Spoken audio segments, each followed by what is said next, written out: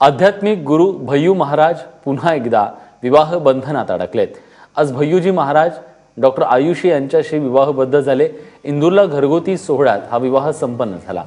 3 वर्षांपूर्वी भय्यू महाराज यांच्या वडिलांचं आणि 2 वर्षांपूर्वी पत्नीचं निधन झालं। त्यानंतर कौटुंबिक स्वास्थ्य हरवलं होतं, त्यामुळे त्यांच्या आई आणि बहिणींनी लग्नासाठी त्यांच्या मागे तगादा लावला। अखेर घरच्यांच्या आग्रहाखातर भय्यू महाराज पुन्हा लग्नबंधनात अडकलेत। महाराजांना कुहू नावाची 13 वर्षांची मुलगी आहे। भय्यू महाराज यांचं वय अंदाजे 48 वर्ष आहे।